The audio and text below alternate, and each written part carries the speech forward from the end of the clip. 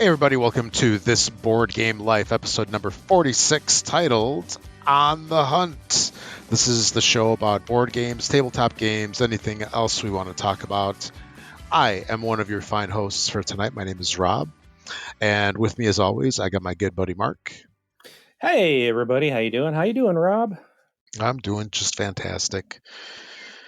Really good. And I'm kind of this is kind of like a spoiler, but I see you got some cool stuff on your On my list, on your list. Yeah, I definitely some have some noob interesting stuff, stuff. Some new stuff. noob stuff. Noob. Oh, Yeah, old one of school them, stuff. one of them. Old school. Yeah, that one's like a four-letter word in the gaming Oh, come world. on. Whatever. Yeah, everybody can figure out on their own which one I'm talking about. But anyway, good times, good stuff. But let's not waste any time. And hey, Rob, what have you gotten to the table lately? Why? Thanks for asking, Rob. Notice how I just inserted myself into that? I did. I noticed that Yeah, because I yeah, wasn't going to ask you because you were being yeah. rude. No, but yeah, I didn't get a whole lot in these past 2 weeks. I got another play in of Azul, which seems to be kind of like the common theme. I think I played this for like the last four shows, um, like on a regular basis. I don't know if a week went by without me playing it. But anyway, It's a got a good couple. game. Yeah, got a couple of that, and that's the original, the OG legit version of Azul. Yeah. And then I don't know if you're familiar with this one. This is an oldie but a goodie. It's called Roll Through the Ages. Man, I don't even remember like when this game first came out. It's been around for at least 10 years, and it's a pretty sweet game. I'm pretty sure it's still in. Well, I don't know if it's still in print. I'm assuming it is because it was such a popular game. But what this one is it's the first version in the Roll Through the Ages series. There's another one called Roll Through the Ages: The Iron Age. That was kind of like a sequel that came out about 7 years ago, 6, 7 years ago. So Roll Through the Ages is even older, Oh, well. actually. Let me see if I can find out when that came out. I wouldn't be surprised if it was like 2011.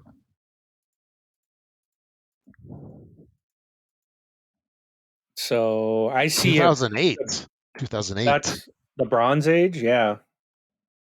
That's Oh, the 2008. Iron Age. Yeah. So the Bronze Age is the first one. The Iron Age is the sequel to it.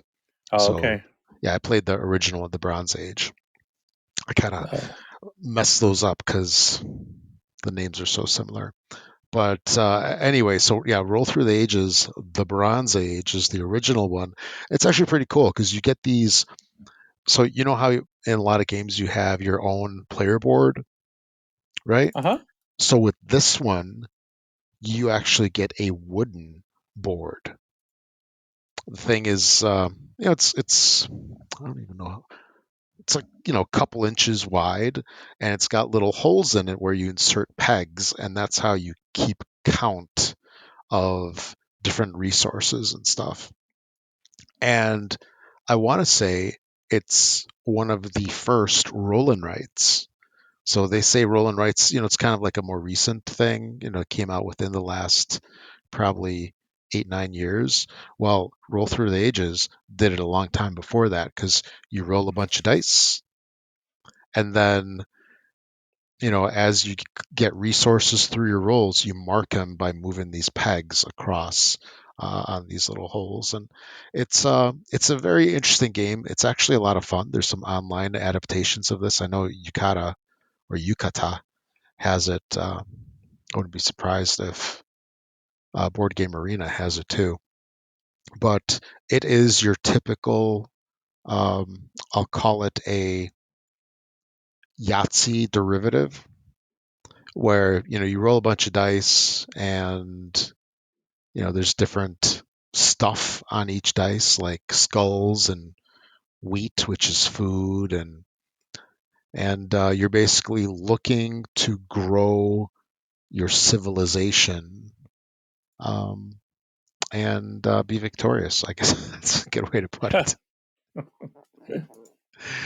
And the funny thing is, if I remember right, the sequel that came out a bunch of years later is, I want to say, it was actually done by a different person.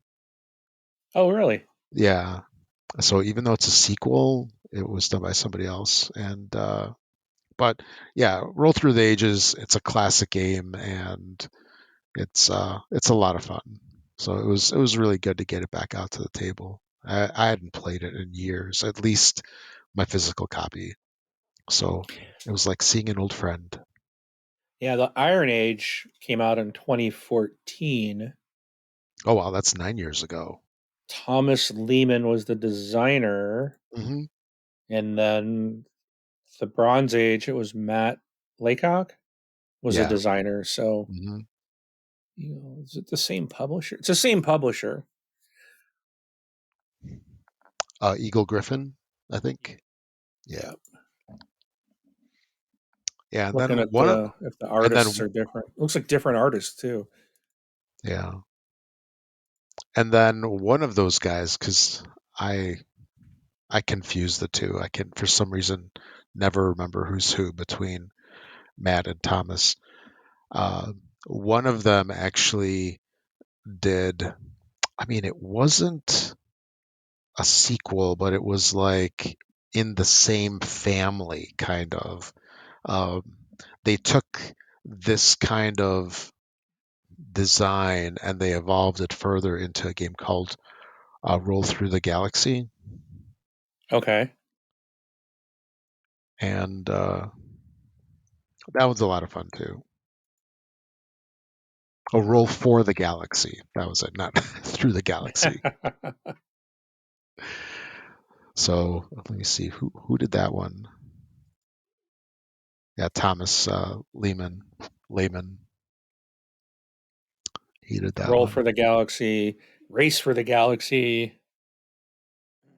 Yeah, Race Oh, for he the did. He Galaxy did Res is, Arcana as well. I've heard good things yeah, about Res Arcana. yeah. Yeah, that's his too. And then Race for the Galaxy, which is also an inspiration for Roll for the Galaxy. Race for the Galaxy is an excellent card game, by the way. I think it's one that still holds up to this day, although it might be a little dated in terms of art and other stuff. But yeah, Race for the Galaxy is amazing. Cool. Multi-use cards and stuff. But yeah, that's about it for me. How about you? What have you played? Oh, I got a couple things in this past 2 weeks. I got a couple different playings out of Doomlings. Um, it's definitely the more people you have, the more fun that game really is. Yeah. I now I had this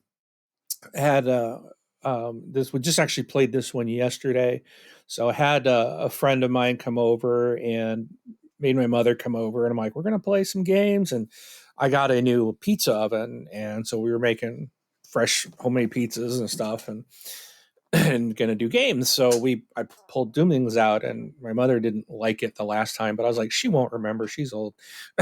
so Yeah. so we played it again, and it was funny because as we were playing, if you're not familiar with this game, it is a card game. You basically you play one card at a time, and you're going through different ages. And every time, so everybody gets a turn, and after everybody's done a turn, that's like one round, and then you flip over an age card. So in age, basically, you always start out with the same. It's like birth of the what is it? Birth of the something. Basically tells you, yeah, set your gene pool, which is how many cards you're allowed to have in your hand. You set it to 5. So, and then you play one card in front of you, which they call Mhm. it your trait pile. And and basically the Doomlings are all the little characters on the cards, and basically the world is going to get destroyed. So it's like the birth of this world, and then you're playing it through the different ages, and then after there's 3 catastrophes happen, that ends the world. It basically destroys the world, and then that ends the game. So uh, we had just I think we had just completed the we were in the second age. So we'd already had one catastrophe, and my mother had drawn a card, and she got real excited. Oh yay! I got a good one. Hmm. So the next, I think it was the next. No, it was, and then the next person played, and then after that, it was my son. I think it was my son, and then it was like we had to switch because everybody had gone around. So we switched and pull up a new age. So I pulled the card up and looked at it. And I just started laughing. And I looked over at my mother and I'm like, you are going to not be happy because it requires everyone to discard their whole hand and draw a new hand. And she was so mad. She's like, no, this isn't fair. Life isn't fair. Yeah. But each age gives you like new rules for that. So like Hmm. some are like you're allowed to, you like some might say like you don't have to, they call it stabilizing. So when you're after you've played your card, and sometimes you can play a card that allows you to play other cards or steal from other people, or they all have different things, but essentially you're playing a card. And sometimes you can play several depending on how you're playing your cards.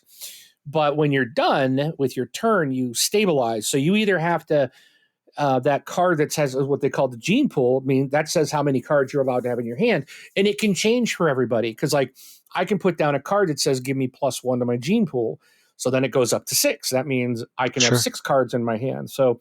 Um, so everybody can be different. And sometimes when you flip a new age, it'll say -1 to everyone's gene pool, so everyone loses 1 regardless of where you're at. Right. Um, but when the third catastrophe comes up, that ends the game, and then you have to follow the catastrophe, whatever it tells you. But then there's also another one that's called the world's end, and it like there's more things that could cause you harm, if you will, and then basically you add up all your points at the end of the game. So, but it's really fun. I played it with 2 people. My daughter and I played it, and it just doesn't work so well. It goes by real Yeah. fast. But we And had it is 5 rated people. for 2, right? Like at Yeah, a 2 or minimum. 2. Yeah, I think the minimum is 2 because I did look at that. But it's just not. It's you don't get very far into it because you play a card, your partner plays a card, and then you're flipping the new age. So it's a Right. lot better. There's a lot more activity when you've got, I'd say, at least 4 players. And we had 5, and it was really good. It's like the game lasted a bit longer. There was a lot more activity going on. You've got, everyone's looking at, okay, what do you got? Because sometimes you're stealing a trait that someone has out. And it makes a much more livelier game. So it's a really good, Right. fun, very easy game, really to play. Then I got a new one that came in. So this was new to my shelf this week. It was one I was really looking forward to playing. And I really like this because I'm really discovering that I think I'm a fan of worker placement, Yep. Me too. dice rolling, Sure. Always fun. and I'm thinking that flip and right, roll and rights, so far, the ones that I've done, I really enjoy. Okay. And this one is called Dice Manor, and it's a dice rolling game. And it's a 4-player game. It does max out at 4 players. And you start out with 7 dice. Everybody has 7 dice. So you get 7 dice of your own color, Okay. and you can get up to 2 more dice in your hand. But the game only has it's like 4 rounds. So, and what you're doing is you are building up a manor or a house, like a mansion, right? But so you start out with this one tile that's like your entry point, and you got your 7 dice. So on your turn, you roll all 7 dice. Now, on the board in the middle of the table, there are several different things going on. You've got your what they call prestige points, but it's like it's the score. Okay, that's your score, Sure. and they've got like it's a board of like from 1 to 100, and the really nice thing is, remember we talked about Azul. If you buy the was it the Crystal Mosaic add-on, it gives you that plastic layover for the scoreboard, Yeah, the so that your overlay. Yeah. cubes. Yeah, well, it's all like a thick cardboard, but Oh it's yeah. cut Mhm. into it. So like So every point is it's a two notched. layer it's a two-layer board, Yes. basically. Yeah. So Mhm. yes. So you can I put a like those. cube I like those. into there, and it keeps your cubes in space in its place. And then if two people are on the same spot, you just put the cube on the scoring cube on top of that one. But Mhm. um, it and then there's what's called the auction. So in the middle, I'm sorry, not auction, advertising. So you can there's an opportunity to put your dice and try to move like this little house to the right, and then your extra dice, you'll have one of them will move one to the left, or the house can move either none, one, or two, depending on where you Mhm. end up in this auction. Right. So basically, once the dice and the house meet, you gain that extra dice. And then after that, if you're going into advertising, you're moving the second dice Right. closer to that house. So you're, and that house is going to keep moving towards that order dice. So you can get up to 9 dice, which is going to help you with your rolls.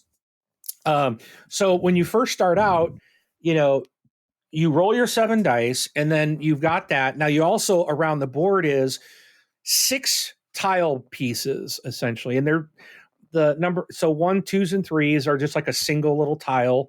They're different types of rooms. They're different colors. They have different numbers on them.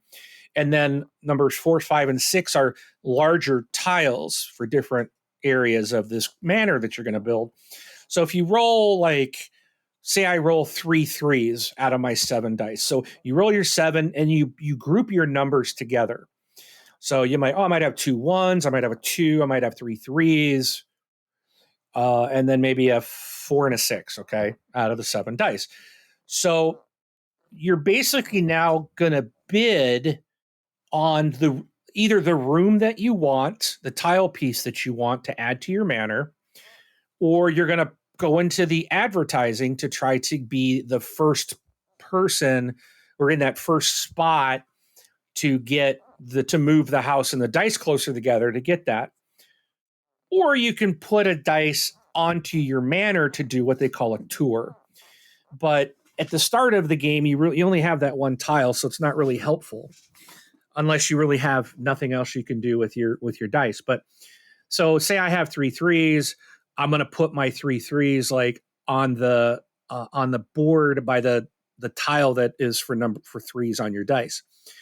Now, the game is interesting because and then I'm done that turn, and it goes to the next person. They roll their dice. So it goes all the way around the table, people rolling dice. They place one number on the board. Okay, I put 3 dice, but all three had the number 3 on them. So now someone else may have rolled, say they roll 4 3s. They could put their dice on that number 3 spot. And right now, they have claim to that. Now, because they've got 4 dice there and I only have 3. But now it comes back to my turn. Well, I still have 4 dice left because I've only spent 3 of my 7. So I roll the remaining 4. Now, if I get another 3 or maybe 2 more, I can add those there to give me 4 or 5 dice at that spot. Now I'm winning that, right? Yep. So so basically, when you're bidding on your tiles, it's whoever has the most dice of that number in play. So and you could lose it. Like if I have spent all my dice and I only have 3 there, and someone else has more dice and they only had 2 there, but they roll 2 3s, they stick it there. Boom! There's no way for me to come back and get that. I've wasted those 4 dice there because someone else stole my tile. Um, and so that's one mechanic. The other, again, like I talked about advertising, is interesting because I could have rolled like 3 or 4 1s, and I'll put him in that first spot on the advertising. But I'll just say 2. I rolled 2 1s, and I put him there because no one's in advertising, so I'm in the first Sure. spot. which gives me the best benefit. But then someone can roll. So I said, what did I say? I'm going to say two twos. Okay. Say I roll two twos. The next person, they roll three ones. So they're going to go into advertising. Well, because they have three dice compared to my two, they take the first spot and kick me down to the second spot. Okay. Because in that area, it doesn't matter the number. It's about how many dice. So it's the more dice you have of a number leads.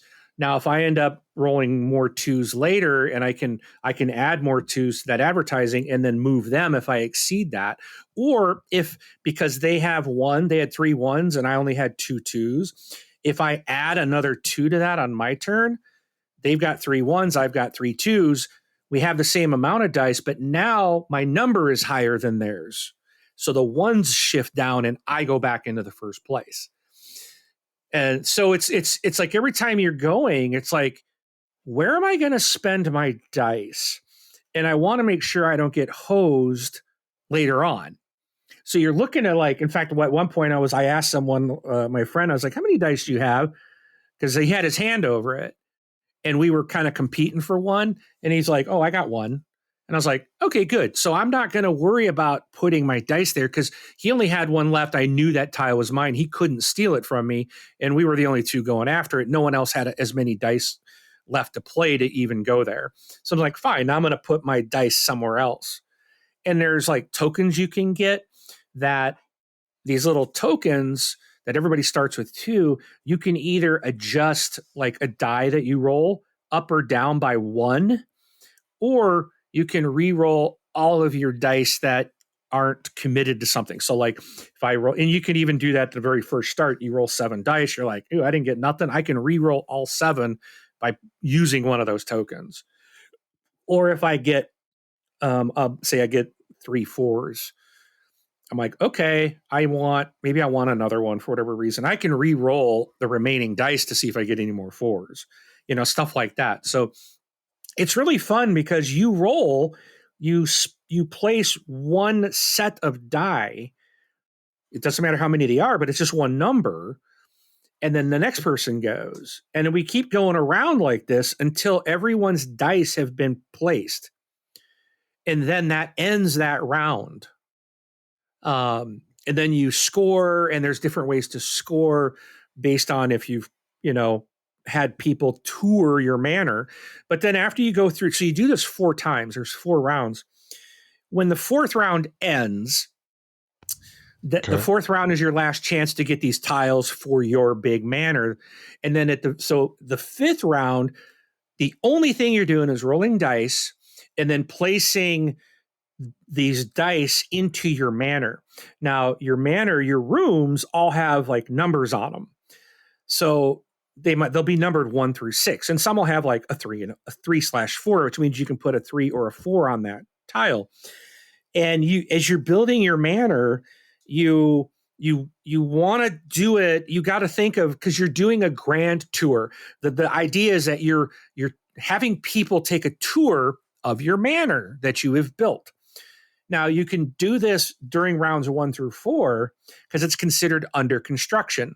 And you can actually start, and that's in rounds 1 through 4, that's how you start to get points, by having people go through early.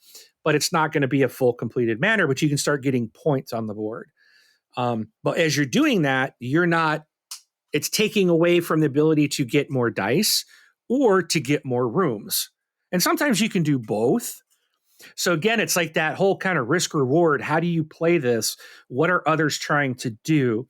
And then even if you're going for a tile, okay, I picked this tile up, I won this tile, but what's the number on it? Because now, or where is it going to place? Because the tiles have walls and doors. And when you can place the tile, it doesn't matter their orientation, can be upside down. The number can be upside down. It doesn't matter. What you're lining up are doors to doors and walls to walls. You cannot put your tile down so that a door hits a wall. So then you're like, okay, and what that does is it kind of creates a path. And sometimes you might end up splitting. One of the guys ended up like when he started at the end, he's like, oh, I can't go through the whole manor because you have to go in a line. You have to, just like if you were walking through a museum, right? You can't go two ways at once. You're only going to go one way. So you have to kind of lead through there by rolling dice. And so if you can get tiles that have the same number, so like if there's like a question mark is like a wild, you can put any number there, and everyone's home tile or your starting tile is a question mark. So then what's the tile next to it? Say it's a 2. So if I roll two twos, I can put 2 dice down, one on each one. If the third tile that's there is a 2 and I've rolled 3 twos, I can place 3 at one time. So you're trying to, but then after that, what's the next number? And then so everyone does this, you come back around, you do your second roll. Now you're trying to get different numbers because, or possibly the same, but you're trying to get as many people through. And every time that you roll on the grand tour, if you roll and you don't get, so as you get near the end, say, all I need is a 5. I have 1 tile left. I need to roll a 5. I only have 2 dice left. I roll both dice. I don't get a 5. One of those dice comes out and they sit off to the side as an unhappy guest. Now you're down to 1 dice. So that's how it's like you keep rolling until you have, and every time you can't place dice on that manor, you pull another dice out. So it's less chances to actually complete your tour. And then once all your dice are gone, you're done. And then there's a whole bunch of scoring after that. Like the most color diversity of the rooms, the biggest manor, all kinds of different things that go into scoring it. But so it's interesting as when you first are playing, there's not a lot of scoring. In fact, until we got to the 5th round, my daughter hadn't even been on the board yet. And it was kind of funny because at the start of that, she finally got on the board and I was like, she's on the board, everybody. I don't know if she appreciated it, but it was fun. But she didn't end up losing. Like she ended up passing. She didn't win. It was my friend over there across from us who kicked everybody's butt. He'd never played, so I accused him of cheating. But none of us had played this before, so it was a first play for everybody. But I really liked it. I don't know if everyone else felt the same. My mother was she kind of liked it, but she was real confused about placing the tiles down and the numbers and like the order and I was struggling trying to explain it to her. And that could be me. I probably didn't do a great job of it, but no, I overall I really enjoyed the game, and it's actually what do they call it? It's a dice tower. Essentials. Is that what they call? Yeah, it's something. It's got the Yeah. dice tower logo on it, and Yeah. Or the Dice Tower Seal of Excellence, or something like that. yeah, Yeah, yeah. but I actually saw it on one of their shows, and I was like, that looks like a lot of fun, Hmm. because I really do like dice throwing, and yeah, I really like it. I'm really hoping to get it back out to the table soon because I really want to play this one some more. There's so many different ways, and like the end of the game, I was out of tokens, so it's like you can I may have spent them a little early, so it's like again, you want to if you can have a bunch of those near the end of the game, it can be very helpful, but you might need one earlier on to get your manor piece, so there's so many ways. Like every time you play this game, it's going to be different. It's just there's so many different things you can do, and that's one thing I really like about it. Hmm. So, but anyways, hopefully I didn't bore everybody, but a super No, fun no, game. not at all. At least uh, not me. I don't know about everybody else. Space Base. I played it. I think I mentioned this last time. My Yeah, daughter you and I did. again played some Space Base, and she slaughtered me this Nice. time. Um, Oh, you got her the first time? oh yeah, I beat her the first time. She claimed I was cheating, which was a lie. Um, If but winning is cheating, she no quiz charge. someone was saying, I think it was on Dice Tower. They're like, if you're not cheating, you're not trying. um, Nice. but Yeah. the second time, and when we played the other day, I was like, I don't know. I think it's because I've been playing so many different games. It's like I forgot what what the win condition was For some reason, I was thinking it was like multiple things, and she completely changed the way she played the game. And she was going after, as soon as she could buy one of those, what is it, those 12 things that there's those 12 cards that sit out that you can buy at a high cost. And then you put that in your sector, and then you can't change that card anymore. But those give you victory points every time you roll that number. She just started buying those up. And like she had like 1 through 6 was like all on her board. And I was just like, okay. And it just didn't register for me that like when we hit 40, that's it. And for some reason, I was thinking there was something else. I was kind of working towards that, but doing something else too. And then she was like, okay, game over. And I was like, what are you talking about? She's like, this gives me 40. And I was like, that doesn't end the game, right? So Uh, I was like, oh my gosh. It's like, note to self: read the end game scoring or end game rule, yeah, because when I play so many different things, it's like it's really hard for me to keep everything straight.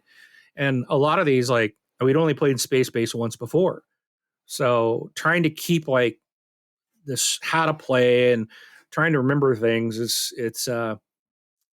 I need to probably stop buying new games. My daughter will agree. Stop buying new games and actually really focus on the ones I really do enjoy. Like I loved Cascadian. I've only got to play it once. yeah. Because I'm like, I've got this. Well, I've got all these games. I got to play something new every time, and it's like, then I'm missing out on some really great games that I I do know, enjoy. right? So, The struggle is real. the struggle is real. Yes. Um, Also, I played something called Avatar: The Last Airbender Fire Nation Rising. This someone brought this to my game group last week, and I have no clue what Avatar: The Last Airbender is. I just know it's a cartoon. Hmm. And okay, that might get no, it's not a cartoon, it's anime or whatever. They're all the same. Okay, animations are cartoons, are the same thing. But this is just not a franchise or a property that I am familiar with. It just doesn't interest me. And then, of course, everyone else at the table knew exactly what Avatar was, and they were all excited to play this. And I was like, I'll play it. It's a game. I don't care. Actually enjoyed the game. Didn't understand the concept of the characters. Hmm. None of that meant. And then, of course, people are like, oh, this name in there. Oh, cool. You got to get so and so. And oh, this person's great. No, don't let them die. And I was like, I don't know who they are, but I See, did like isn't the. that's part of that? Remember that one? I think it was a 360 game that you could 1K the achievements in like 10 minutes. Oh, it It's was like tied. you had It's to. tied to this, isn't it? Yeah, that was the last Airbender. I believe that was the last. I think that was Avatar: The Last Airbender, and you could start the game and you'd have. I think it was like in 2 minutes you could have the full 1,000. So like anybody that was an achievement person played that game. I did, but I played it for 2 minutes and then I was done. Hmm. It was like never played it again. Yeah. Um, but yeah, that was my exposure to it. But this game is, I guess it's in a series called Rising, I guess, or the name Rising is in a couple other games that are the same type of mechanic, but it's a different theme. And I ended up, so I really did like the game, but I'm like, I just don't know the theme. So I went and looked at a couple others, and there was one that's Harry Potter Death Eaters Rising. And it's the same, basically the same game. It's just a different theme. Right. So I actually ordered that, and that's on the way, because I'm like, my kids like Harry Potter. I think they'll really enjoy this. Yeah. And it's I did enjoy the gameplay. It sort of reminded me of Marvel United, but not. It's not exactly the same. But trying to take on a boss, and they can pull out. They have like um you're still rolling dice, which is cool. I like that. It got dice. It's still cards. It's not exactly like Marvel United. Is it Marvel United? Is that the one I'm thinking of? I think so. It's right behind my monitor. Yes, the Marvel United series. So it's got that type of where you are cooperatively working with everyone around the table to defeat basically the main boss, the main baddie, and then he has people that come out of the deck, and they can come out on the table, and there's also allies on the table which you can recruit to you. So the only real connection or similarity with Marvel is that you're fighting the boss who also has help on his end, and you're working cooperatively. Outside of that, it's very different. You don't place the cards all the way around in a circle, and Right. it's you're rolling dice, and everybody has different types of dice. And as you recruit allies, they can help you gain more dice. You're trying to, take that you've got to meet certain goals. There's another chart or a board that, and I don't remember what it's called, but it's got like a moon on it, I think. And you're trying to get our team's trying to achieve certain goals to get to that moon before the boss is able to get his marker up there, because if he gets it there first, we lose. If we get to the moon first, then it goes into phase 2. And what happens is some additional cards come out, some conditions change, and then we are basically fighting the boss at that point. And we were able to win. We did beat him. We got to that moon like one step before he did.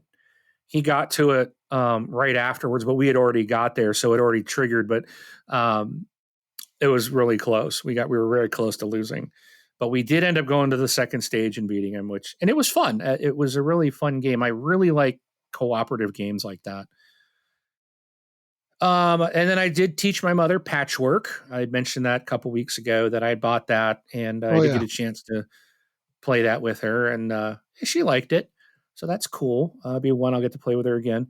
Um, and then I actually brought, because I was going over to her house, and I brought something. I was like, I got to bring something that, like, I brought Patchwork. I was like, let me bring something else just in case, because I was like, I need to have a serious talk with her, and I'm like, I just need something simple so we can talk. And so I brought Yahtzee because I know she really likes that game, and I haven't played Yahtzee in Oh yeah. forever.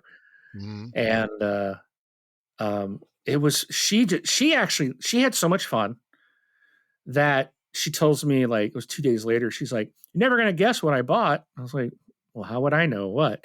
She goes, "I bought," what'd she say? She goes, "I bought a dice shaker. I bought triple Yahtzee word pads or something." Oh wow. I'm like, she had so much fun, and she hadn't played it in so long, and she Hmm. enjoyed it just that much. She's like, she went out and basically got herself a Yahtzee game.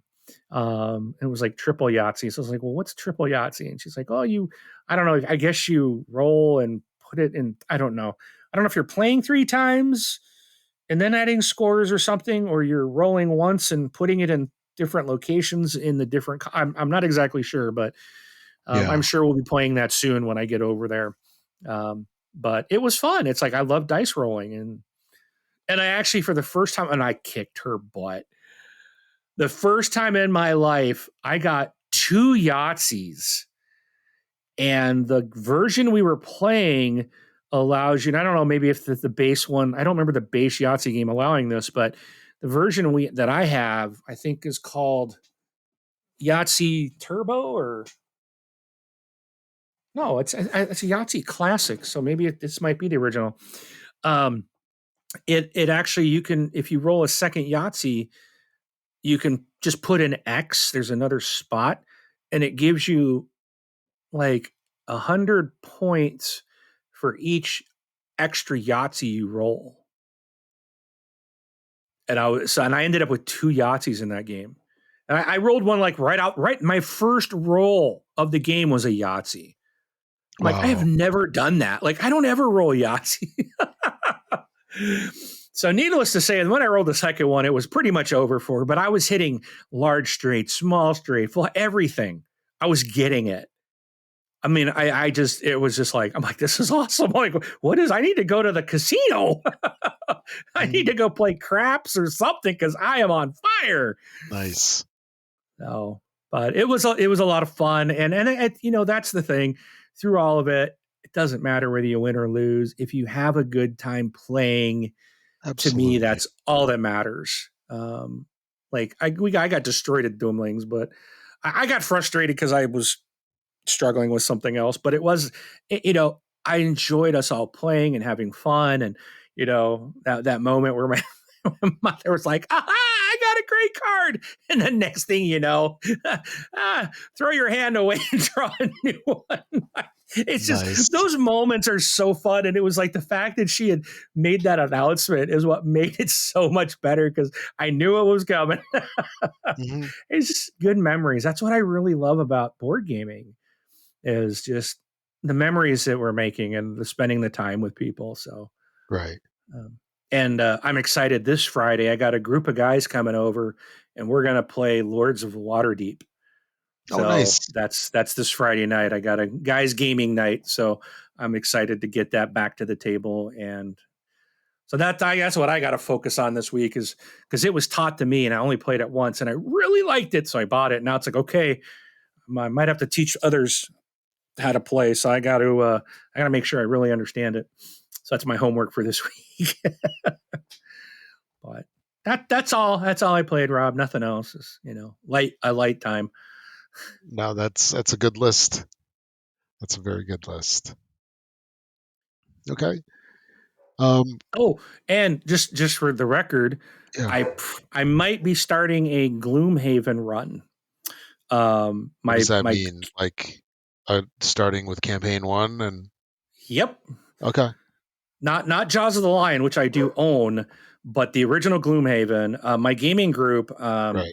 People keep talking about, oh, they want to play Scythe, they want to do Nemesis, they want to play some of these games that are a little bit longer, a little bit more harder or heavier, I should say. And people talk about Gloomhaven. And one of the ladies that is in our gaming group, she's like, yeah, I've played Gloomhaven all through by myself. She's like, I've done it solo. Oh, She goes, solo. Okay. Yeah. she's like, I'd love to do that with a group. And she's like, I'll even host it at my house. So I finally, in our little group, I was like, hey, I've heard several people kind of want to do this. So let me know what works, what games do you want, and pretty much there's it looks like we're going to be able to get a group of probably five of us.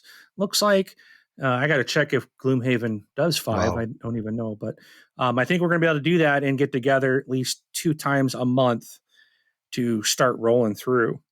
And I'm really excited about that because that looks like a game that I think I will absolutely love. So, because I played, we did the first one on the Jaws of the Lion here with my kids, and Hmm. I really liked it. I'm like, this is really cool. This is basically D&D, but it's all, you don't need a DM, and but they didn't really take to it. So it's like I'm gonna have to find. So I think Yeah. I'm It's working to get that group going on. It'll be a separate thing, like on a Saturday, mhm. and we'll get together for a few hours and start running through that. For going to take us a while. I guess there's like 20 something campaigns in the original game. I thought it's up to. I thought it's like 95. Oh, good. Is it that much? I think so. Woo. Well, then we're going to be It's playing like for years. it's like up there. But I mean, some are short. That's my understanding. But yeah, it's up to 4 players, and 3 and 4 is apparently the sweet spot. 95 unique playable scenarios. Is it? Wow. Is that, 95. Yeah. 17 playable dang! classes. Look at me! I actually remembered something. Holy smokes! Wow. How are you going to get through 95? Wow. One at a time. There you go. One after the other. Yep. Hmm. How long is the full campaign? 113 hours for the main story. Oh, sorry. That's that's the electronic version. I was like, how could you do that? That's on Steam. That's the electronic game. uh, but yeah, no, the board game is 95. So it needs I'm a excited, commitment. dude. That's Yeah, yeah, and and that's why I'm polling people. It's like we got to be able to because if someone bails, it's just gonna be like, dude, you're hosing everyone else. It's got to be something. And I know it's going to be tough. You get all these people. It's like, well, I can maybe do one Saturday or, every other Saturday. But again, we've all of us are adults in this group. And, one guy was like, I got like 5 kids and I got 2 left at home. And in the summertime, all 3 will be back, Yeah. So it can be tough, but it's like, well, you make you carve out the time. If you really want to do it, you carve out a commitment and you commit to it, just like everything else in our Yeah. life. Don't be wishy-washy and just do it. Yeah. Yeah, if you really aren't willing to do it, then say no, I can't. So, and sometimes I know we're gonna have weekends right we have to cancel because 2 people can't make it. Okay, we'll have to do it. We'll see you in 2 weeks or something. But I'm hoping we can get some people that are dedicated that want to go through it. So, but I do have Exactly. a pretty good response. So Mhm. I'm gonna Cool. start consolidating that and get touch base with the person who offered her house and has the game and will basically probably run that for us and start doing that. So looking forward to it. Okay. That's So, it. I'm done. all right, moving on. So that's what we've been playing last 2 weeks, and so you threw some things in here that we want to talk about. First up, what are some of the when you're trying to find out about information on gaming, new stuff, and stuff like that? What are some really good sites or resources to find out that to find out about games and things that might help new gamers? Is that what you had in mind with this one? Yes, because I came to you with this question, and there's so much out there, and it does seem like Board Game Geek is. I hear about that all the time. That almost seems like Hmm. that's the main place. It But is. It I know legitimately there's is. okay, but there's got to be other places, and I just wanted to kind of see if especially for someone new in the hobby, someone who's been around a long time probably knows all this. But what about like someone for myself? If you don't know and you're just starting, because all I did was I picked up, started listening to some podcasts and talk with I got you as my connection. So I mean, you are my gateway. You're my website, right? Rob, what do I do? Nice. Oh, do this, go Hmm. there, get this. Okay, cool. And that's why I'm like, I got all these questions and I've been asking you. Like I quizzed you the other day on what does this mean and all these gaming terminology Right. and Yeah. Yeah. you know, but outside of Board Game Geek, are there is that the quintessential everything's there, you don't need to worry about anything else, or do you have recommendations for people that they might find useful, other sites that we may not be aware of? So there's been like a gradual evolution over the past, I don't know, like 20 years, right? Of where to go for information. And man, like years ago, I don't really even know how much there was, right? Because, there really wasn't an internet. It was just like word of mouth. Yeah. And, you went and you bought your Avalon Hill game or your 3M game or whatever it was. And you kind of figured out. And I'm talking about like, I'll say like the more hardcore gamers, not those of us that grew up on Parker Brothers and the like. But it would basically be like very isolated groups of people that were gamers, and they kind of did their own thing in small, tiny groups, regionally, whatever. And then the internet came about, and there was a number of evolutions that happened. They had mailing lists for a while. I don't know if you remember those or if you ever really participated in those. Basically, somebody would post like a question, it would go out, an Yeah. email to everybody, and you know depending on how your settings were, sometimes you had like 200 emails which were all just the Yeah, no kidding. discussions stuff, or sometimes you got to digest. And there's some news groups as well. And then BGG kind of came onto the scene, and it basically like really transformed things, because it was kind of like, I'll say, a purpose built website that was dedicated to gaming of different kinds. And I don't know if you knew there's actually a video game geek as well. Nowhere near as popular as BGG. I guess that's VGG for I that had one. never heard of that. And Yeah, you know how I am on the video game side. yeah. I don't even know if it's still around. Wow.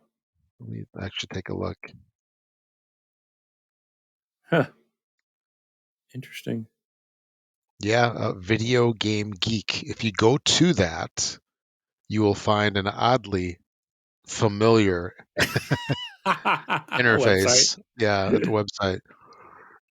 And but anyway, so the gamers are gamers, right? And a lot of people like board games, like video games, and vice versa. So the of course, BGG I think is leaps and bounds more popular than BGG. But anyway, so Board Game Geek, uh, came onto the scene and it just exploded, and it basically, assimilated some groups like Eric Martin of BGG fame. Like he started, it's like Board Game Info or Board Game News. I forget his website. And then he basically got folded into BGG and kind of, um, has been running a whole portion of that website for a while. He does some really great board game reviews and even does some good Gen Con. We were talking about this the other day, like Gen Con Yeah. previews, Origins previews, Spiel previews, whatever. Anyway, so yeah, BGG has become the basic go-to for a lot of information, and it has its problems. It's always been very unwieldy because they custom made it over, man, like what, 20 years now. And to do the redesign even was, when it's gone through a redesign, it was a lot different a number of years ago. And they really struggled because, how do you redesign something that was custom made, right? Some a custom made, and it evolved over time. And that's one of the reasons why it's been so slow to go into this, you know, new version of the internet where everything looks pretty. I mean, BGG is Yeah. still what it is, and a funky interface. Either you love it or you hate it. I don't know if there's any in between. But it is definitely, I think, the good place to go to find out about specific games. And they have links to videos. The discussion forums are really good. One of the things that I find really fantastic about BGG is in their forums they actually have people asking about rules, because we've all gone through this where um, it'll have a certain rule that'll say when you get the dice, you know, move it, move your player piece X amount of things based on whatever is on this face. And then you're kind of like, well, what does that mean? Because in this situation, it could be interpreted two different ways. So oftentimes, if you go there, you'll see like on the rules forum for that game, people will ask questions. Lots of times even the designers will answer. So that's one thing that's fantastic about it. But with that being said, even though it is an incredible resource for games, it's also, I think, a horrible place to discover games if you're just kind of poking around, just because it's like there's just so much information and Yes. it's not easy to search through. When it comes to like finding out about new games, um, I think it's Eric Martin. He actually does a post on BGG News that lists like new games, like, oh, Freedom on Freeze is coming out with a new game called, you know, 40 Foxes. All of his games start with F, like his name, and everything's colored green. That's his thing. All games start with an F, and a lot of things are colored green. You'll see that if you look up into his stuff.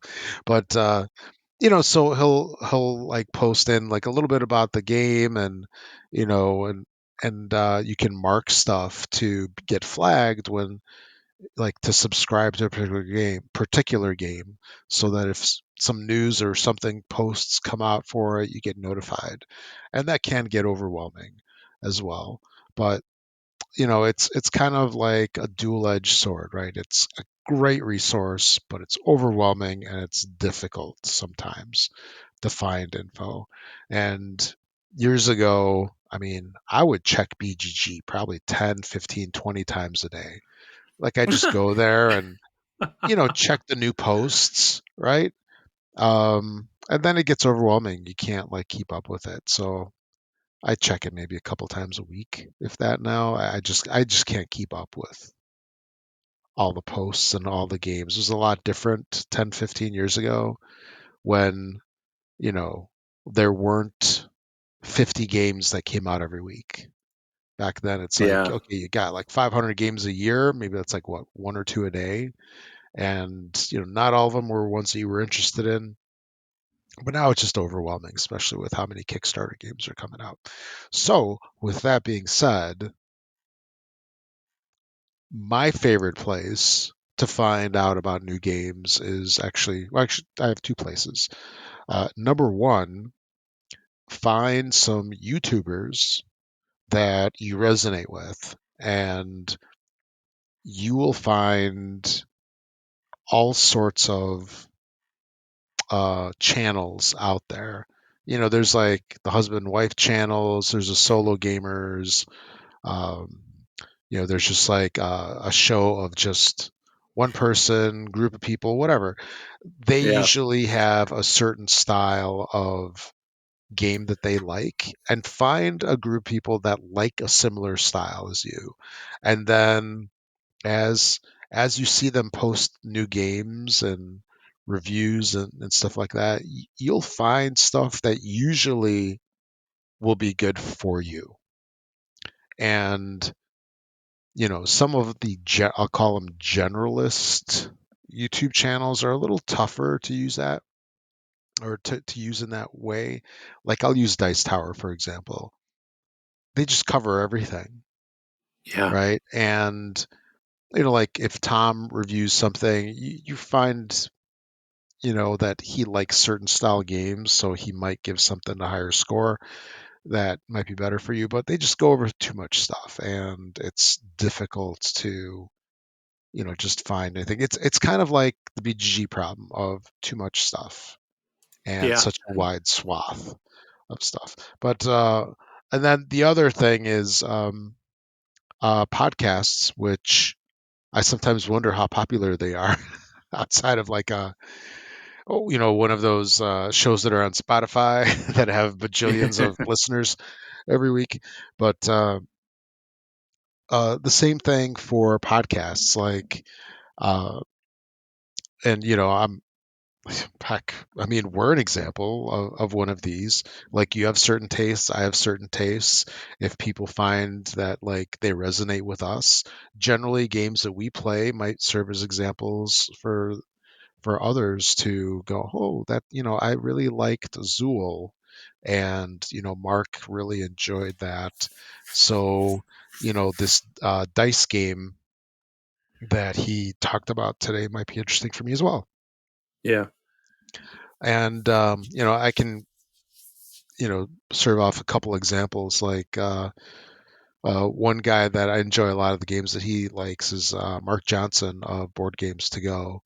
I've always found his show really interesting, and I like his games. Now, on the opposite side, there's a podcast called Garrett's Games and Geekiness, and it's been around forever. Actually, both of Mark's and the Garrett's Games and Geekiness have been around forever. I mean, like I'd say over 15 years, probably. It's just it's just Wow. crazy. And what I was going to say is, so Garrett's Games and Geekiness, I enjoy the show, but what I find interesting is like I don't. Most of the games that I enjoy, they wind up not liking. So that's like Huh. an it's like an opposite with them. But Yeah. but I still enjoy listening to their discussions. But I don't value, not that I don't value their opinion. I don't use their what's a good way to put this? I don't What they like or their recommendations don't you don't necessarily attach to that because exactly. your style is different or what you typically like is a little different. But Exactly. And yeah, games that they're complaining about and they don't like certain parts of it, I've oftentimes liked I've liked that yeah, stuff. Or I didn't think it was a big deal. But right. yeah, podcasts and YouTube channels I think are just fantastic resources. And um, what do you think? Because I know you've done both, right? Podcasts and YouTube channels. How do you feel about I that? I do. There's I've only found one, really only one podcast that I really do enjoy. Is Board Game I Life? haven't, well, outside of that, I mean, Oh, okay. Yeah. they're the best. I mean, why listen to anyone else, right? Um, because everyone else is so much better. Yeah. um, it's what is it called? Um, I'm pulling up on my thing right now.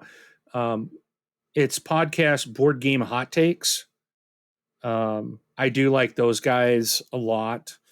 Um, I think they have some really interesting topics and discussions, and I really like that. I really do like how like their discussion, even if it's on a game I'm not interested in, they're really good at kind of keeping me interested in what they say. And there's like three of them on there, and they all have different ideas or thoughts Sure. on it, and they're all very intelligent speakers. Like I feel like these guys they do this for probably their job or something. They just, you and I, we have daytime jobs. We do this because it's fun and we enjoy Exactly. podcasting, but we're definitely not professionals. And these guys just bring a depth to their discussion that it's like, man, I wish I had that much knowledge or depth to talk about a game in such the way that they do. But I do watch a lot of YouTube. Oh no. Uh-oh. What? No. I was scrolling through this Eric Martin's news feeds. I just see an article here about a game called Forbidden Jungle. No, I thought they were done at the three of them. Now there's a fourth one, and it looks like it's in a metal tin. Oh, Why is geez. the third game in a box and the fourth one's back to a tin? Yeah. All right. Dad gummit. Anyways, but on YouTube, I really like Foster the Meeples. Jeff and Jamie are a married couple, and dude, I watched one this last. She did they were getting like this request for like day in the life of them and she ended up doing like the week in the life and was showing kind of like what their whole week is like. They both have real jobs, but they do a lot of YouTubing and they do a lot of games and they show off their game library in their room and it's just they are so good. They cover all kinds of different games. They talk about solo games, two-player games. They do a lot of two-player games. They do a lot of stuff on BGA. They do a lot of stuff with their friends. And they just cover so many things, but it's very entertaining. And the quality of their video and their production is, to me, it's just fantastic. Like Hmm. they'll they'll sit down or they'll do the little outtakes at the end, which are fun to watch. But even as they're going through their stuff they're talking about, all of a sudden something will be said and it'll remind them of a song and they'll start singing the lyrics. But obviously you can't put that in, right? Otherwise you might get copyrighted. But they speed it up while they're doing it so they sound like the chipmunks, and it cracks me up every time listening to them. And I just start chuckling every time when they do something like that, or and it's just they're very very entertaining, but their videos are normally not that long, so Sure. it's because I still watch a lot of video game podcasts. Even though I don't do the this Xbox Live podcast anymore that you and I did for 700 something shows. Um, I still listen to them because I still game on my Xbox. Sure. In fact, I can't wait till Friday. Dead Island 2 finally comes out, Rob. Oh, sorry. I've been waiting for that game for like 10 years. Oh, I I am know. really excited for Yeah. Friday. I'm a huge Dead Island fan. But, Mhm. anyways, um, but yeah, On a side note, have you tried the new Minecraft game? Just curious. it's not. I'm not a Minecraft fan. I love Minecraft Dungeons, Yeah. but this new one doesn't look like it will be anything I'm interested in. Gotcha. I'm just not a fan of Minecraft. Dungeons is because they took, and the reason I like Minecraft Dungeons is because it's like a Diablo style of game, but very simplified. So I always hate to put Diablo on there because Diablo's pretty in depth. This is a very light Diablo in the Minecraft world, but it's the gameplay that I love.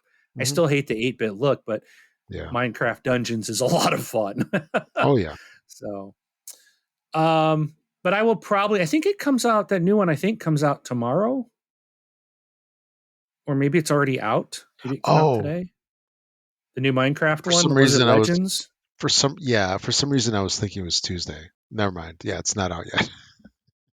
Well, it probably is because it should have released tonight. Well, it's a Game Pass game, so it won't. Yeah. It probably released retail. For me, it's like 9 p.m. the night before. Yeah. So for you, it's like 11 o'clock your time. So it actually should be out right now. Yeah, because But I went to preload it on, I think it was on Friday yeah, or Saturday morning. I don't remember, and it said, unlocking in 3 days. So okay, it's right around now, which I'm assuming is Tuesday. yeah. So I installed it. I will probably check it out just because I really like dungeons and Yeah. my kids love Minecraft. So I'm probably going to check it out with them. Um, but I'll look at it, but I don't expect it's going to be anything I'm going to latch onto. Um, Sure. so, but yeah, Friday my world ends, dude. In fact, I was like, man, why did I have game night on Friday? And I totally forgot Dead Island 2 comes out Friday. Yeah. So I might might have a well, hope this cough goes away. Gotta Or you, cancel, guys. or you mean you hope it gets worse? Yeah, exactly. So, anyways, back to board gaming. Yes. I Yes. do watch. So I like them a lot. I like Gnarly Carly. She doesn't seem to post much, not that often, but I've enjoyed her reviews of stuff. I really like what's his name, Rodney Smith. I love him. I have watched. He does a how to play, Hmm. and he does such a great job. So He any does. any game I want to play, I always go see if he's got a how to play video first, Hmm. and I watch through it, and then it's like okay, and then read the book. But it's like I gotta watch, and it makes more sense. And then I also like who's the other guy? Um, I can't remember his name. I'm looking at a picture of him too, and I can't remember his name. It doesn't state it on the thing, but he's part of that same group. Let me see if I can find his name in here. Oh, Oh, BGG. Paula Deming. I like her too. Okay. Yeah. I don't know if they're yeah. I think they're part of BGG. Yeah. I'm not sure because it seems like because I know some of these videos they have people from other groups that are like they add in. Um, It's Here he like is. people will have their own channels and then they'll also create for a network of sorts. Yeah, and I don't know. I can't seem to find his name, but the guy's really funny, and he's. I find his humor funny. Some people might not. He's goofy guy, but I absolutely just love watching his videos, and he's usually with the other two. I just can't find his name. Let me go to the end of this video and see if it's listed. Whoa, that's just a list of backers. Yeah. But anyway, so yeah, Anyway. there's definitely a lot of different. Oh, I'm gonna find his name right in here somewhere. So there's Rodney Smith. I want to say his name is also like a Rodney. It can't be. Oh, I think I know who you're talking about because I think you mentioned him once before. Is it Chaz Marler? Yes, Okay. yes. That. Oh yeah, here Chaz. Yep, there he is, Chaz Marler. That guy, I freaking he is so funny. Yeah. So I like watching them. I do watch a lot of Dice Tower Does stuff lately. does Um, does he do Pair of Dice Paradise? Or I don't know if he stopped doing that. I don't know I don't know. Yeah. So he what used to his do. show is. I just see him come Yeah. up on different things, Yeah. I think different so. videos. Yeah. So there's been a whole bunch of people. I think they got hired. I think maybe to do full time BGG work. I mean, BGG is that big at this point. Um, and I think he's one of them that kind of jumped ship and I maybe think started he's full at time. Dice Tower, I believe. He was, but I thought he didn't. Or I don't know. Maybe he went to BGG. Maybe. Yeah, he used to do Um, stuff for Dice Tower. so I just I see his forget. videos come up a couple different times, and it's Yeah. like I don't know. Let me do a quick Chasmar. I'll do a quick look on the YouTube and see what was recent. So nope, filter by this month. Let's see what's this month that he's done. Uh, Nothing. Come on, that's not right. So in the past year, so 6 months ago, he did one that was rolling dice and taking names, and he's on the Watch It. Oh, 1 month ago here was one that he's on Watch It Played. So yeah, so he's I think that's that's BGG it's the now. same. Okay, yeah, that's where I've seen him Watch It Played. Same with yeah, that's where the other people are at that I like. So Yeah, because so originally Watch It Played was Rodney Smith playing with his kids. okay, He had a son and a daughter, younger kids, and he would do just a pretty nice job of showing everything like setup and how to play. Like he kind of transformed the videos uh, into kind of like what they are today for like as a standard. And then eventually, I want to say he joined or got bought out or whatever, and he joined BGG. So now he okay. creates content for them, I think.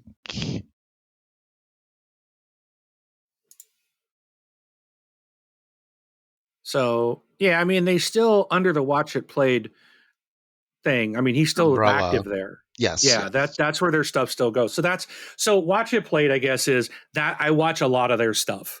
There's a lot of personalities there that I really like on Mhm. that channel. Um, so that's a good one too that I enjoy. And I think that's kind of the for the board game. I think those are the main three that I watch.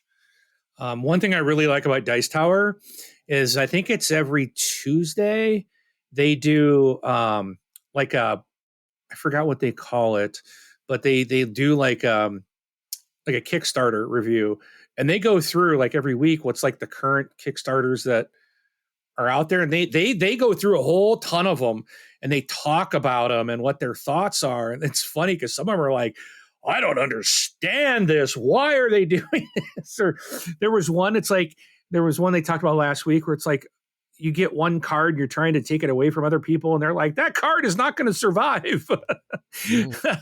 And it was just like, but they go through and they talk about the different Kickstarter campaigns and stuff like that. And Yeah. it's just interesting because you go to like Kickstarter, like you said with BGG, there's so much stuff out there. And even if you try Yeah. to filter it by board games, there's a million board games on Kickstarter, you know? So they, I think it's called crowd surfing. I think they do. I think that's what it's called. And they go through some different crowdfunding type of things Yeah. um, every week, and it's Mhm. just really, really good. Yeah. So that's fun. But they got a lot of different stuff over at the Dice Tower, so I do enjoy that. And those guys are busy constantly. Like Oh yeah. they record many times a week, so I really do enjoy that. I'm always tuning in to see what's new. Yeah. Ton of content. Yeah. So, but anyways, Yeah, and then I was just going to mention there is a downside to all of these podcasts and these YouTube channels, and that is the more you listen.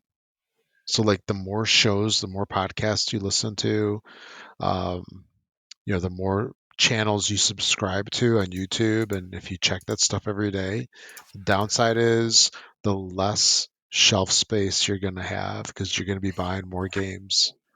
Because it is basically like yes. it's like hooking you into it. Because as soon as you hear, you know, Rodney talking about like what a great game something is, you are checking like, is this game available? How much is it for? Let me check this site. Let me check that site. Do I need to do pre-order? Can I get it tomorrow? Amazon Prime, local game Yeah. store, whatever. Yeah. And I do find that the more I listen, the more I spend because now I'm on the look for more stuff.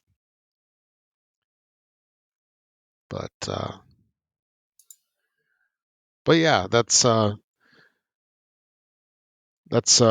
couple good places to find information um, on games until you get to the point of where you start figuring out what you like.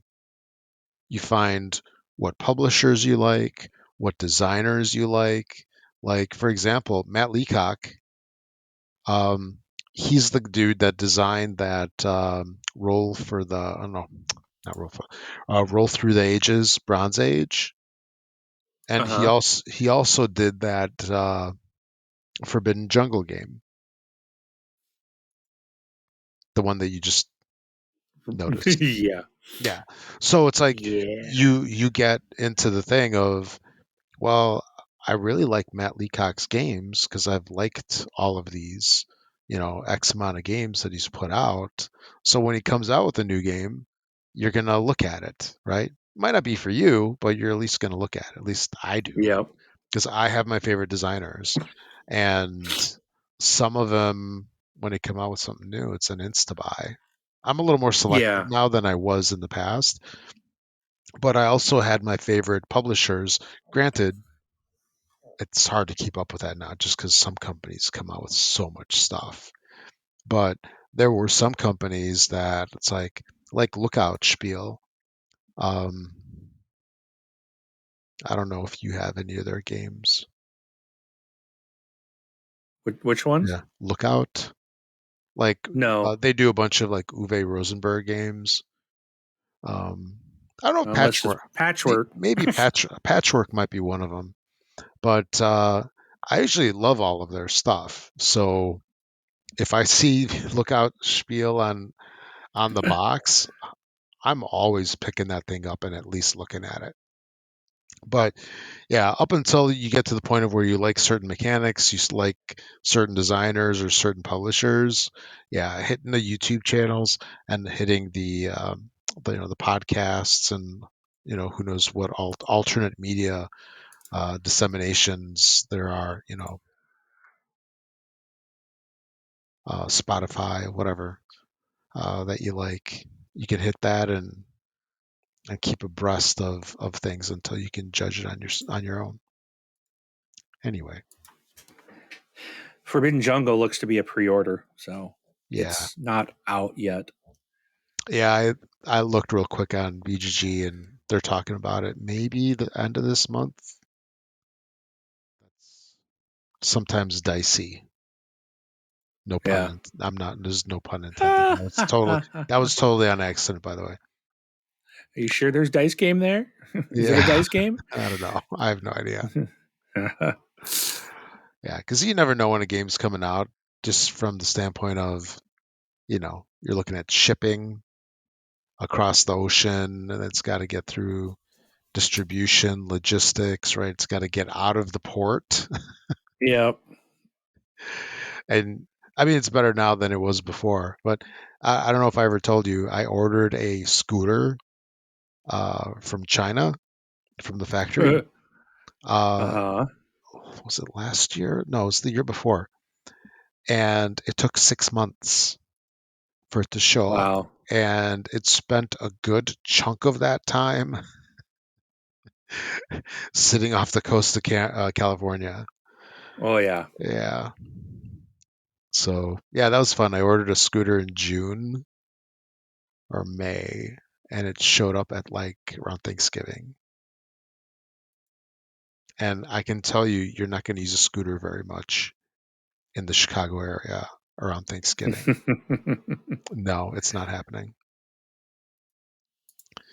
But anyway, we got one more thing to talk about, and the first part was, where can you hunt down, um, information for new gamers and games and stuff like that. Uh, Right. and second part is where to get those games. Yeah. There's a lot of options. Like what have you had like really good success with? Any thoughts? it it depends, I think. If you are new to the hobby and you just want to kind of grow a library, I would say don't overlook secondhand stores, thrift stores, Goodwills, um, Salvation rummage Army, sales, yeah. yeah, Salvation Armies, estate sales, things like that. Don't overlook those. I have picked up some games that, and I see it all the time. People are posting in the Board Game Geek Facebook page, like, I just got this, and these are new games packaged for like $5. And Hmm. and these are like $50 retail games. I have bought stuff at Goodwill for $5, $4 that are full. Everything's there. I've had stuff shrink wrapped still Yeah, that is like, it's got like, you're getting it for $3. It's just yeah. like, wow. Um, Dude, I you're haven't been not, I haven't been to one in a while, but I used to go to these, like, mainly Goodwill. And yeah. actually, so here we had Goodwill and Savers. I don't know if Savers is still around, but every time I go there, I see at least two copies of Apples to Apples. Do you still see that one? Oh, yeah. Yeah. Everyone's got that one, I think. Everybody's pawning it off on the Goodwill. But yeah, it's you might see a lot of older stuff. You're not going to find like brand new games there, most likely, but I've seen people able to find some pretty new stuff, even shrink wrapped at an amazing price at some of these secondhand stores. Um, look for consignment shops. I don't think you're going to see as much like board games there, but I've been to some consignment places that you do see games. It's not going to be a plethora, but um, you got your friendly local gaming stores as well. Um, Now, the one thing about this, I want to say this: your friendly local gaming stores sometimes, and it's not going to be in always. It's probably most of the time you're going to pay a little bit more for the game. They're not a Target, they're not a Walmart. They can't buy in bulk and get discounts. The reason their games are cheaper is because they didn't pay. They made deals with the publishers of these games to get them cheaper because they're buying in bulk, right? They're buying huge stocks. The smaller game stores don't get that opportunity. And they're usually a mom and pop shop, or they're that's it. They're the one store. Um, I have two different stores that I go to. One's to the north, one's to the south, and I do different things at each one. I will try to find a game there first and willing to pay extra because both stores I go to and I sit there and I play games in their shops, taking up their retail space with a bunch of other people. sometimes I've had the one smaller store, they've brought in food. They'll buy pizza, like, it's D&D night here, and they just throw it out there. Help yourself. I don't mind buying from them because I look at it as I'm also gaining the ability to come in here, play with like-minded people. I don't have to have strangers in my house. I don't even have to worry about people coming to my house. I can just come here and, hey, I can shop if I want. I can see what's new. I get to know other people. To me, that's very valuable, and I don't mind paying a few extra dollars. Um, if you are budget conscious, then I recommend things like Target. Get their app, because Target often does a buy one, get one 50% off of board games. They do that a lot.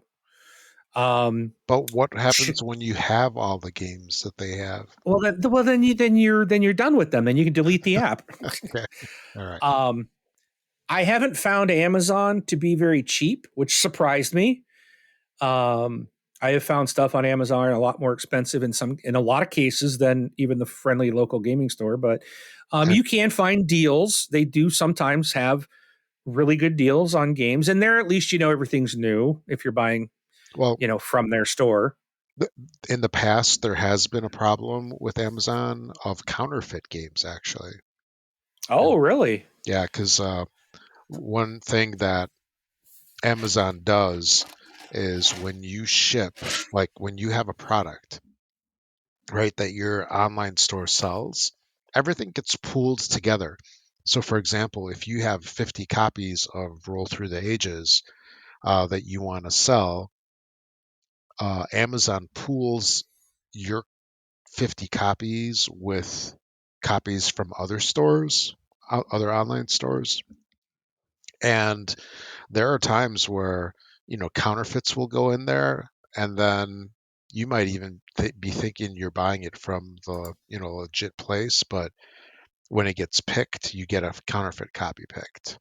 So there was actually some like push a while back. I don't know whatever happened to this, to have like some kind of legitimacy sticker, right? Like how some companies have those like little hologram stickers. Yeah. They're like difficult to replicate. And Okay. Yeah. so yeah, they were going to do something like that. I don't know whatever happened to that, but yeah, that's one of the problems at Amazon, by the way. I thought I'd just mention that. And if you buy a game on AliExpress, chances are it's not legit. I'm just going to say Yeah. that. Anyway, Yeah. Yeah. No, yeah. So Amazon, it's like now the drawback too on Amazon is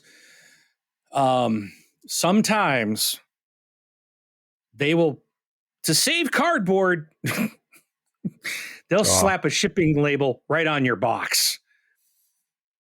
I've seen people complain. I've seen it now. It hasn't happened to me yet, but I'm very cautious on Amazon now. I check the shipping mhm. because sometimes you'll see item display, or like it'll say something like shipping displays the item or something, which basically means they're not putting it in a separate box. They're slapping a shipping label on your box. Save the planet. No way.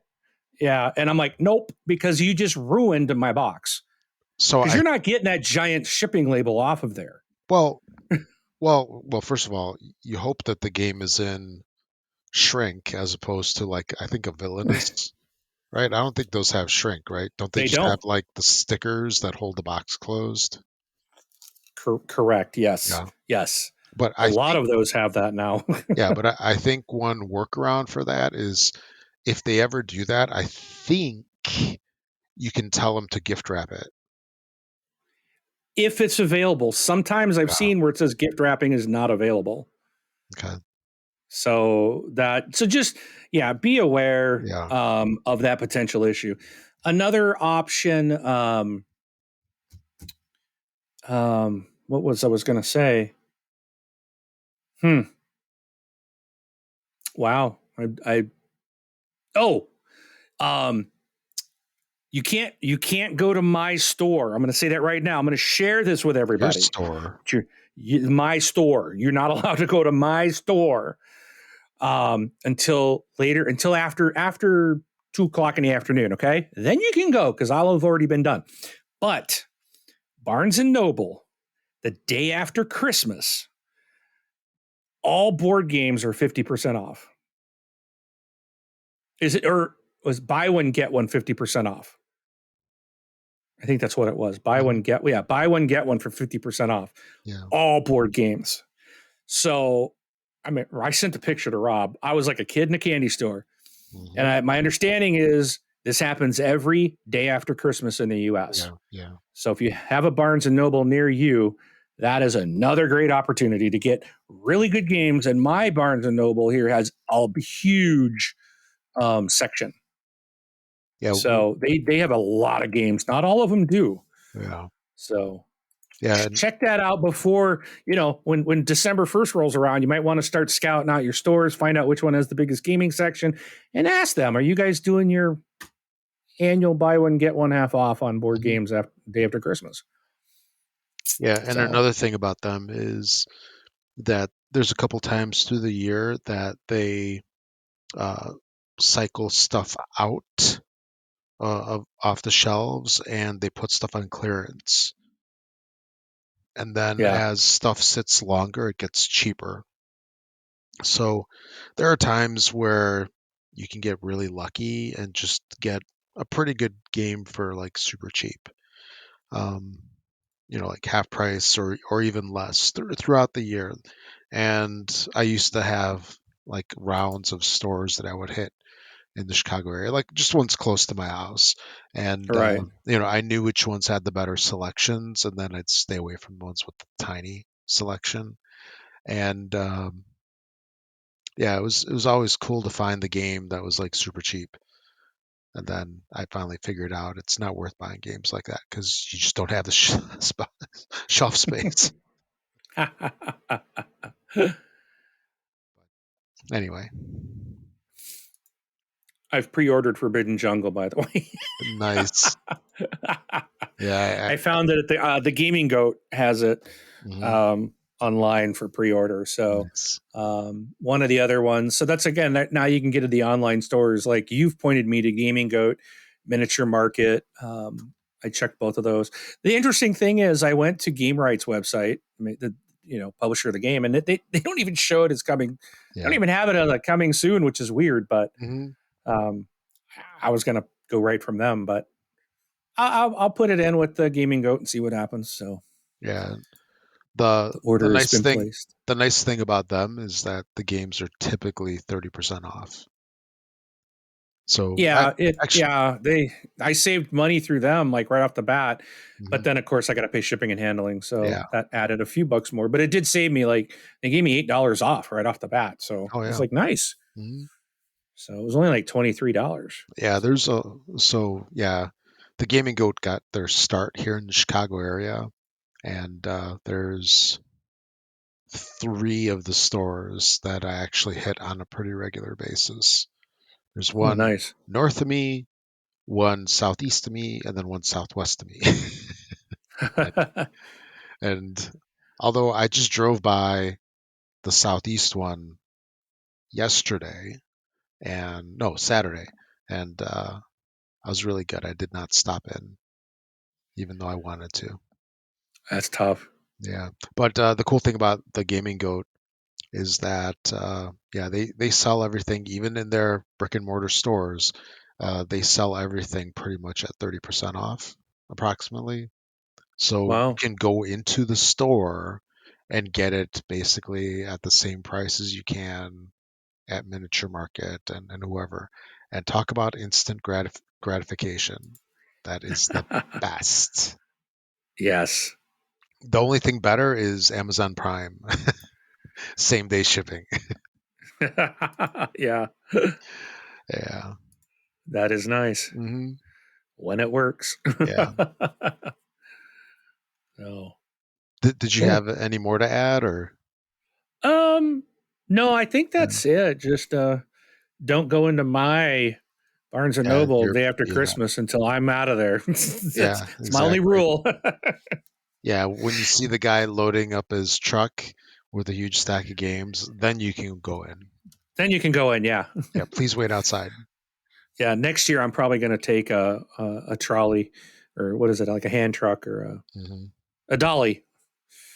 Yeah, Yeah. a dolly with me, so I because my poor son, my youngest son, but he couldn't even see. He was holding just these stacks went above his head, and I just kept piling on. Hold this, hold this. Well, There was another guy in there. He was just laughing, and I just kept piling them on. And I ended up saving like I think I got $400+ of games for like $220. mhm. I think is what it turned out to be. Wow. It was huge savings, man. Mhm. Like Cascadia was one I got from there. Yeah. So um, I couldn't even tell you everything else, but that was one I do remember specifically getting in that sale. So now I So know why your youngest son is getting buff to carry the game carrying all sticks my here. board games Yeah. around. Yeah. Yep. So The truth comes out. But yeah, for me to find games, yeah, I usually go to the Gaming Goat. That's my primary source around here. So I hit one of the stores, and they're usually pretty good about about having stuff in there. It was a lot yeah. better a couple of years ago when I'll say the main store, the I'll call it the corporate store, um, where the guy that started Gaming Goat, he used to live here in the Chicago area.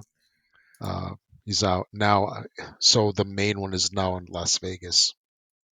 Uh, Uh it's very cool to hit it, by the way. They have like everything, and so actually, when you order, it usually ships out of that store, by the way. But oh, okay. but yeah, back then there was a great selection, which was good for me, bad for the wallet. Now the Yes. stores are a lot smaller, and they don't get as many copies of stuff, so you got to be quick. But yeah, the Gaming Goat, and there's another store here called Games Plus that's pretty good. They, man, the store's been around for like 40 years, I think. So it's like one of those ancient stores. You know, they have like such a huge like following, right? With the war gamers and board gamers, and just they are the place to go for just about anything. But the downside to them is is list price, which I think you were alluding to. So you're not going to get anything at a discount, even though they do have a discount program. It's like, you spend a certain amount of money, you get these like checks, and then once you once you complete like $100 in purchases, then you get like $10 off. So Yeah. so there is that at least, but it's not as good as getting something online. But the selection's good. And then, there's the other online places. Miniature Market is good. Cool Stuff is good. Some of those are kind of tough to get new things because they sell out so quick. Yeah. So if you don't scan it, like if there's a game that's coming out, you gotta either gotta pre-order it, or you gotta keep an eye on it for when they you know release new inventory if they got it in on a particular day. Yeah, so yeah, Cool Stuff, Miniature Market, Gaming Goat Online is good. I buy some stuff through them. And Card House is another one. I think they're out of Indianapolis. Bunch of the others are closed now or closing. Like Fun Again is no more. Yeah. Yeah, it's another casualty. Like Troll and Toad was one, and uh, uh, Bits and Bytes. No, there was there was one that, man, when I got started in the hobby, that's where I bought all my stuff from. It's that evil $100 free shipping thing. Oh, my two games are $40 each, so it's 80. If I just spend another 30 or Yep. 20, I'll get free shipping, and it's like getting a free game. Man, how we lie to ourselves. But Yep. yeah, Hey, whatever we can do to justify. exactly. But yeah, So yeah, those are good sources. Amazon is iffy. And then if you're looking to get European games, stuff that's not quite released yet, Amazon.de is also a good source. So oftentimes a lot of the European games, right, that are for the European market, a lot of the games don't have text on them. It's just symbols. Like the cards might have, symbols instead of letters. Uh-huh. So you can buy, like I'll call it like an international version, and then get like a printout of the rules on BGG that are in English. Um, this used to be more common way back when, but now most things get an English release. So it's not quite that bad. But yeah, if you're really jonesing for a new game that's not available in English yet, it's German only or whatever country, yeah, look at Amazon.de. They'll usually have it. And stuff actually comes over pretty quickly, and uh, it's a lot easier than buying from a European game store and then paying ridiculous shipping. Because That's a good tip. shipping is crazy Oh yeah. nowadays. Yeah. Well, it's crazy, especially if you go outside of, a big outfit like Amazon. Yeah, those are some good places. Awesome. So yeah. Oh man, it's a long one. Yeah, You wanna? Should we wrap it up or? I think we can. Okay. All right. So Oh, well, I do have a quick question. yeah, yeah, Is there a way for the community to reach out to us and ask us questions or maybe absolutely. suggest topics? Yeah, absolutely. Yeah. So we have a guild on BGG. Just search for this board game life. You can leave us a message at our website, both like a message or a voicemail. You can do it on there. You can email us at contact at this board game life. And man, is that it? Yeah, I think that's it. There's probably more. It's late. It's late over here. I'm a little fuzzy right now, but yeah, that's a couple places you can reach out to us. And if you leave us a voicemail on our website, we'll play your recording on the show. 'Cause we'd love to hear from you. Cool. So, all right. Yeah. Well, so that is episode number 46. Thanks for listening, everybody. We'll catch you all next time on 47. I'm Rob, All right. Go and ahead, you're Rob. not. And you're not. We're tired. Yeah. All right. Okay. So he's Rob. Close I'm it out. Mark. Yep. Yep. We'll see you at the table.